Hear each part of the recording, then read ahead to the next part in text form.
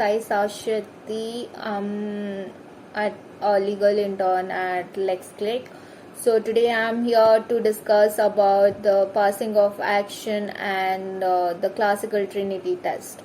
So before we move on to the topic, we should know why an action of passing off is comes into play. It's just because a trademark has always been infringed and that trademark has been unregistered. So the very point is that what is a trademark? A trademark is a sign capable of distinguishing the goods or services of one enterprise from those of other enterprise. Trademarks are genuinely are protected under the intellectual property rights. So this has been specifically defined in Section 2ZB of Trademarks Act 1999. It says about a mark. Trademark is a mark which could be graphically represent and have a distinctive nature. So coming to the passing of law, passing of is a form of tort and its substantive part is founded upon common law principle. The general principle of passing of law states that no man can have the right to represent his goods as the goods of another person. The gist of the concept of passing off is that goods are in effect telling a falsehood about themselves. They are saying something about themselves which is calculated to mislead. The spirit of law contemplates that unfair competition destroys the honest business and should not be allowed. This term has undergone judicial scrutiny several times. The Supreme Court of India defined passing off in Cadila Healthcare Limited versus Cadila Pharmaceutical Limited. It said that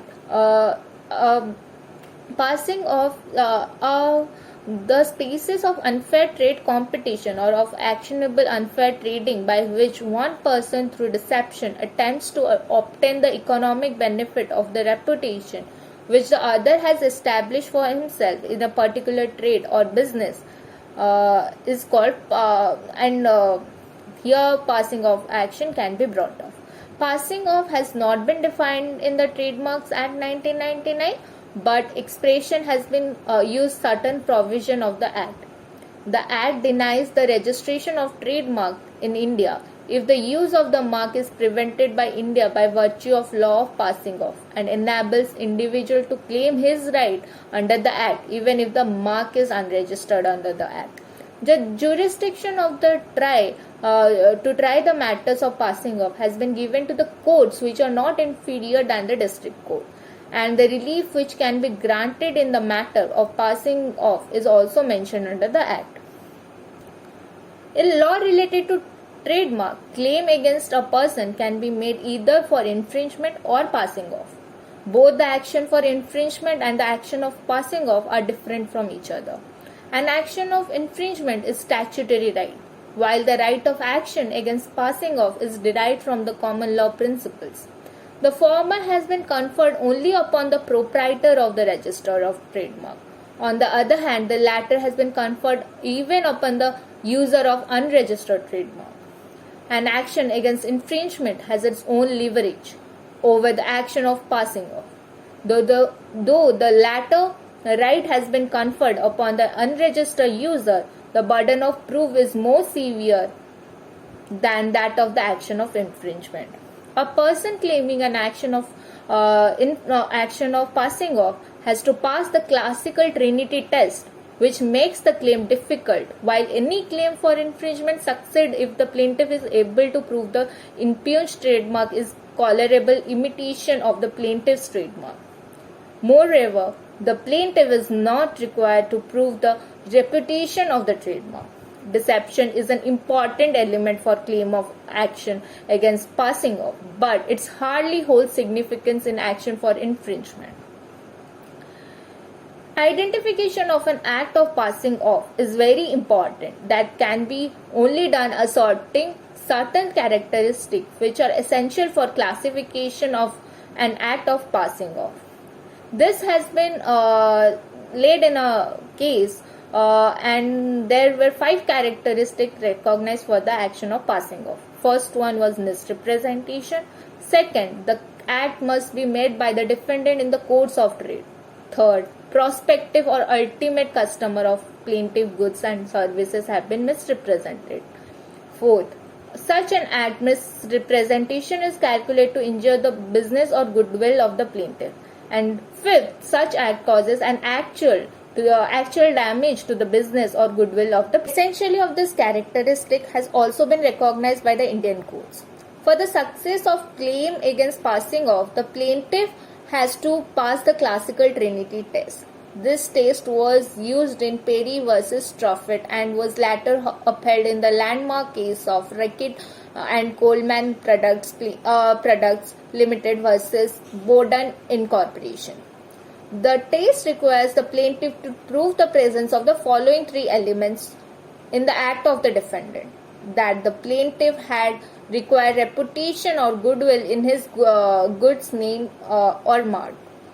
Second, there was a misrepresentation, whether intentional or unintentional, which was done by the defendant, the use of mark of plaintiff or by another means, and which led the purchaser or consumer believe that the goods and services which were being offered by the defendants are the goods and services of the plaintiff or were associated with the plaintiff goods and services.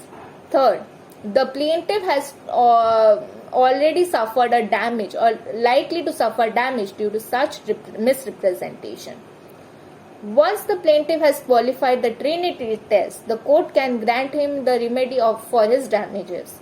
The relief which the plaintiff can get in any suit for passing off include injunction and, at the option of the plaintiff, either damages or account of profits together with or without any order for delivery of the infringing labels and marks, destruction or erasure.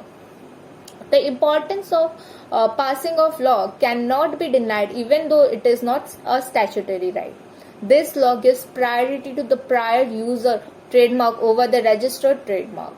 This action can be brought against registered user under section 27 clause 2 of the Act if the plaintiff is the prior user of the trademark.